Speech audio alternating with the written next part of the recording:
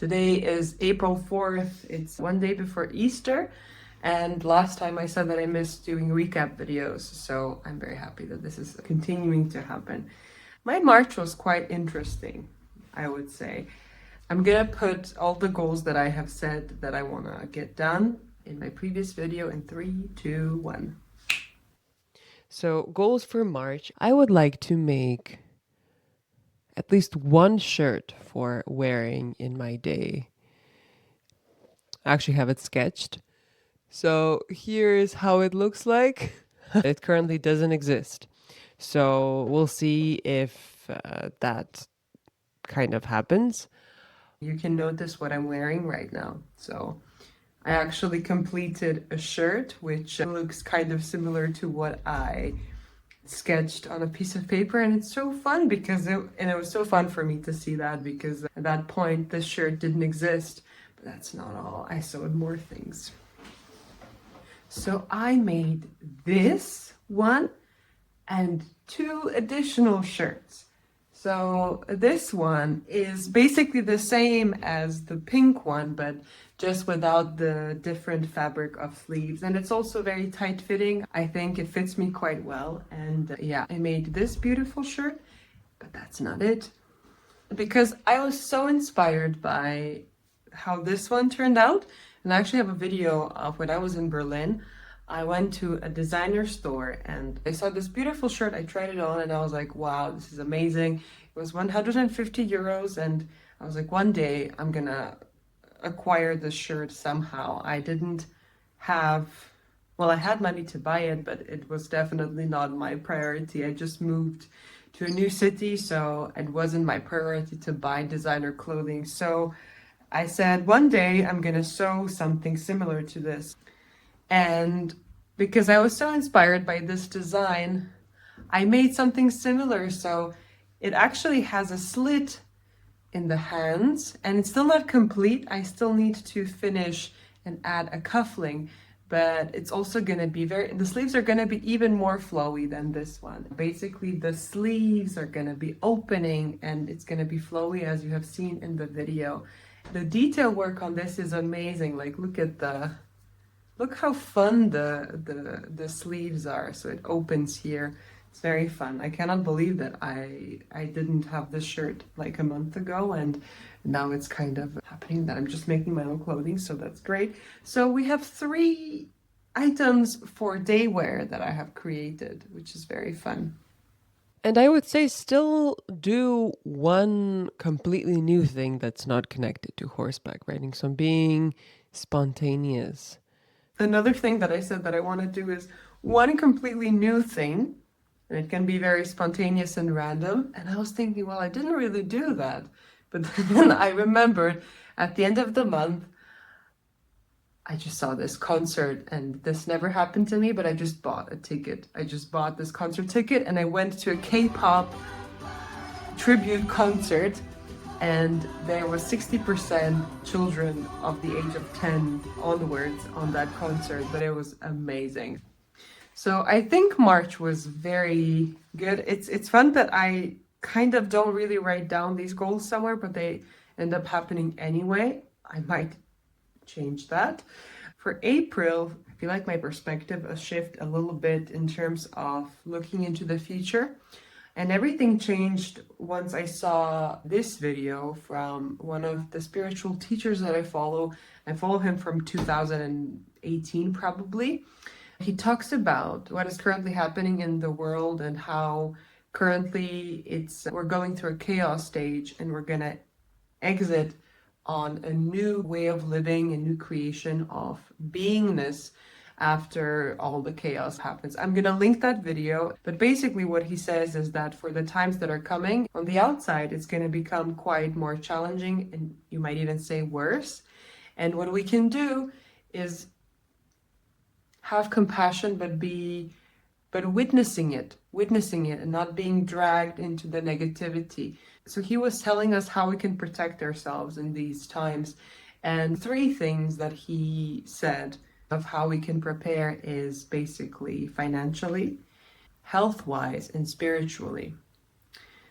Financially, he said that in the next 3 years, a lot of people are going to lose their jobs and things are going to change drastically. So, saving up as much as you can. He usually always talks about investing and going out there, pursuing opportunities. But he was saying now is the time for stability and really making sure your structure, your financial structure can handle what's happening, what's going to happen. So I currently, and I'm very open about this, I currently have around 4K saved up on the side, which is not enough, but I'm very grateful that I have that. And I'm building my safety buffer. I have learned from the woman Tori Dunlap, the financial feminist. I've read her book on finances and the importance of having a safety cushion when you want to leave, for example, a bad situation at work, but you cannot because you're dependent on your job. I can live off of 4K for 4 months if I don't have a job, but I'm going to increase that. So as I have 4K right now, and my goal is to save 600 euros per month in this safety container, which means that by the end of the year, I'm going to have 9.5K, which is pretty decent. I'm pretty happy with that. My goal is 15, and I'm gonna continue saving for that. I stopped investing. I started investing in the beginning of the year. I have 1K in my investments. I invested in Take-Two Interactive Software, which is about a GTA game that's coming out in November. That's all the hype. I left that money there because it still might give me a big return on investment, but I stopped investing. So basically making sure that my financial container is set, that I know where my money's going, that I have respect for my money, that I think of each of the coins as a hard worker who wants to contribute to my financial wealth in abundance or joy. One hack, because I've been tracking my expenses today in a span of 6 months, and I found some very interesting things. And one hack that I think might be very useful is most of the things that I'm using for work in terms of subscriptions for AI, stuff like that. I realized that I could save 100 euros just by switching to an annual subscription. So for example, for Descript, the software where I edit this video, for example, I would be saving like 50 euros per year. Canva, also around 50 euros per year. And Google Gemini, which I use to generate my thumbnails, I would also save like 20 euros per year, something like that. So it's about 100 euros worth of subscriptions where I don't change anything. I just change it to an annual subscription. That does require me to buy the annual subscription right now and pay the whole thing. So it's going to take me around 2.5 months to fully transition and pay this without damaging my liquid part of my money. But it might be worth considering, what subscriptions do you have? And if you know that you're going to continue using something, maybe switching to an annual subscription, and then you save maybe 15, 20, 30% even sometimes. The second thing that I'm gonna focus on in April is food. And it takes me so much mental load to think about this. Like, what am I gonna eat? When I go to a grocery store, what do I buy? And also you can save money by just having these things predetermined. So I still currently don't have any recipes, but by the end of April, having 5 to 10 recipes that I can just continue to circulate and that are all healthy and that I don't have to think so much. And also it's gonna help me making sure that no food goes to waste. So that's also going to help with my money. So it's great that two goals get to support each other. So spirituality, I currently already have a spiritual practice. So I'm just going to continue doing that. I'm very happy with it. I do morning pages every day and the meditation every day in the morning, which is 30 minutes. I tried to make it 15, but it somehow always ends up being 30 minutes, which is a weird thing to say, but it's kind of how it happens. My last goal for April is that when my lovely beloved partner arrives, which is tomorrow, and he's gonna be here for a week, then he goes away for a week, and then he comes back again. When my partner arrives tomorrow and he's here for a week, that my life doesn't stop.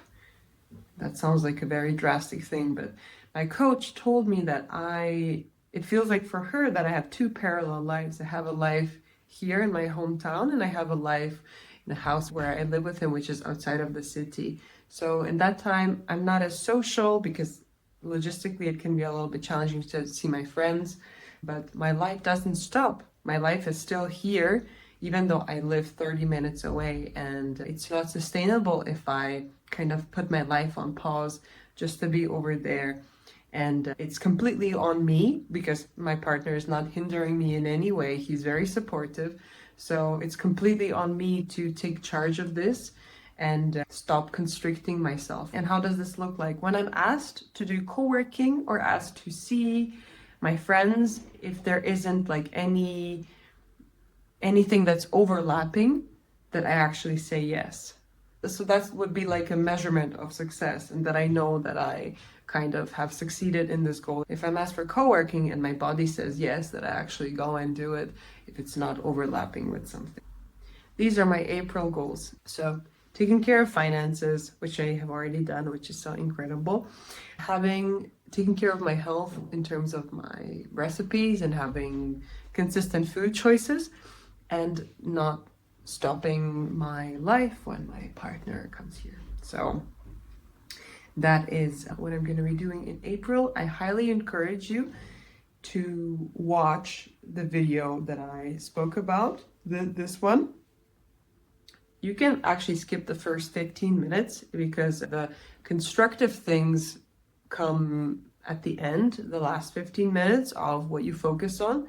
So in terms of the next chapter that the world is going to go through and how to best prepare so that you come out on the other side feeling and being the most abundant version of yourself, and still have an abundant life in the meantime.